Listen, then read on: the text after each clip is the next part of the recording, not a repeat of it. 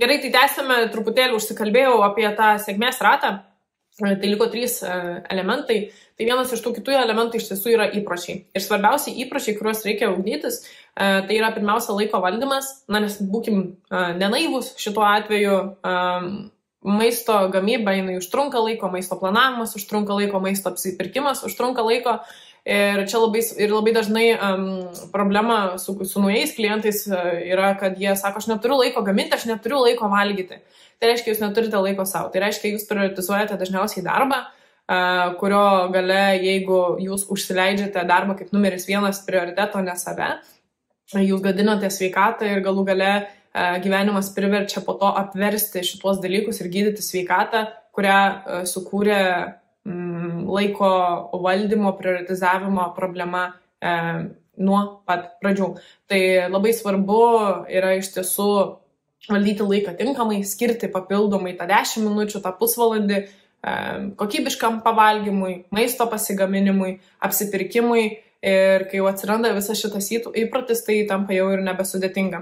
Sonatai, pavyzdžiui, jinai mėgsta gaminti, viskas tvarkoje, jinai turi laiko, nebuvo dėl to problemų, bet su jie problema būdavo maisto apsipirkimas, maisto įsigijimas, nes jinai negalėdavo įskaityti iš tiesų etikečių. Tai labai padėdavau iš tiesų, ypač pačioje pradžioje, atpažinti produktus, kurie įtinka.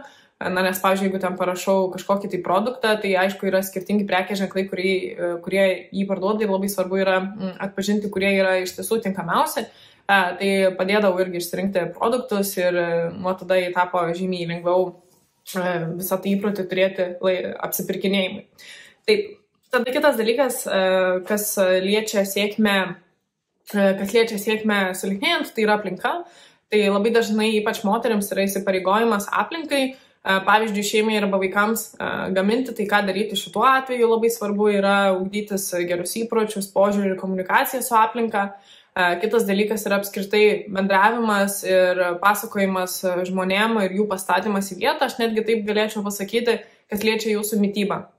Nes labai dauguma žmonių galvoja, kad pyragėlis yra gero noro išreiškimas. Pyragėlis nėra gero noro išreiškimas, tai yra tiesiog nuodų davimas kitam žmogui. Ypač jeigu jisai yra pagamintas su beproto daug pridėtinio cukraus, ar ne?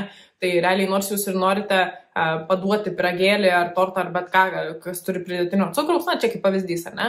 Net jeigu jūs norite gero, iš tiesų jūs duodate žmogui blogo ir ta pradinė komunikacija, tas išdrįsimas pasakyti kitam žmogui, kad nesiūlyk man sausainių, nesiūlyk man torto, nes dėl to. Tai ta komunikacija su žmonėmis, aplinka yra irgi labai svarbu ir ypač, kai pradedate keisti savo mitybą, labai daug žmonių turi nusistatymą, kad dieta yra blogai, o iš tiesų pradėjome gyventi tokiame pasaulyje, kur dieta tapo kaip kažkoks keiksmažodis, kaip kažkoks sarkastiškas žodis, kuris iš tikrųjų dieta.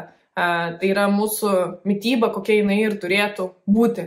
Ir aš kalbu ne apie tokias dietas, kur yra miltelė, aš kalbu apie savo tipo dietą, net nežinau, tai yra tiesiog mityba. Tai yra tokia mityba, kokią ir turėtume maitintis iš pradžių. Ir man yra tragiška suprasti, kad žmonės, kurie valgo daug daržovių, yra smerkiami už tai, kad jie valgo daug daržovių, kito tarpu kitas žmogus valgo, pavyzdžiui, makaronus su kokiu nors ten sūrio padažu ir taip toliau, kur mes žinome, kad tai nėra sveika, kad tai nėra naudinga. Tai labai baisu yra suprasti, kad žmonės, kurie nori gerinti savo sveikatą, mitybos pagalba yra smerkiami, tai dėl to labai svarbu yra tinkamai komunikuoti ir turėti tinkamus atsakymus žmonėms, kurie išdrįsta tave pasmerkti, kai tu tiesiog nori mylėti save labiau ir gyventi sveikiau. Na ir žinoma, aplinkos tema, kas liečia, tai labai svarbu yra ir žinoti ir turėti taisyklės, nusistatymus, kaip elgėtės atostogose, per šventes, per įvairius vakarėlius, progas ir taip toliau.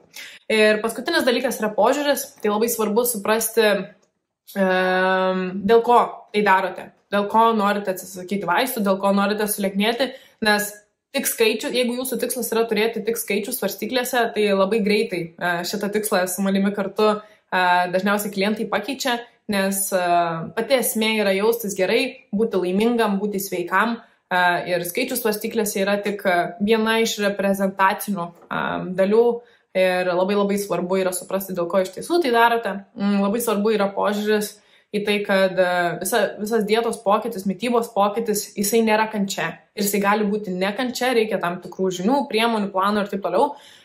Bet maistas turi būti ir gali būti, ir su manimi kartu yra mėgavimasis iš tiesų maistu.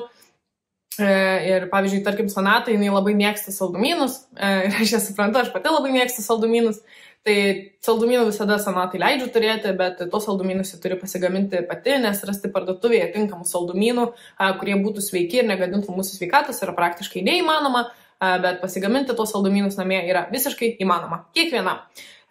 Kitas dalykas yra pokyčio baimė, labai galvojame, kad mūsų visas gyvenimas sugrius ir nenorime keistis, bet žinom, jeigu norim kažkokio tikslo pasiekti, kažką pakeisti, tai pokytis yra būtinas, nes jeigu taikysime tas pačias priemonės savo sveikatai, tokią pat sveikatą ir turėsime, o kadangi norime jos geresnės, pokytis yra būtinas, tai labai svarbu yra tas santykis su baimėmis.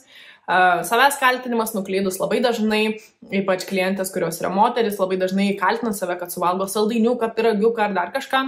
Tai labai daug bendravimo ir požiūrio kitimo reikia ten, nes nuklysti nėra blogai, yra labai blogai, ką darome nuklydus, kaip iš tiesų grįžti į prieš tai buvimo tašką ir identiteto pokytis, ar ne, kad jūs nuo šiol tampate sveiku žmogumi. Tai čia yra tie 6 raktai, kurie lemia ilgalaikės sėkmę, kas liečia lieknėjimą. Atsiprašau, kad truputėlį apie juos išsiplečiau, bet dabar be jokių užuolankų noriu labai lysti į būtent diabeto problematiką ir ką galite iš tiesų padaryti.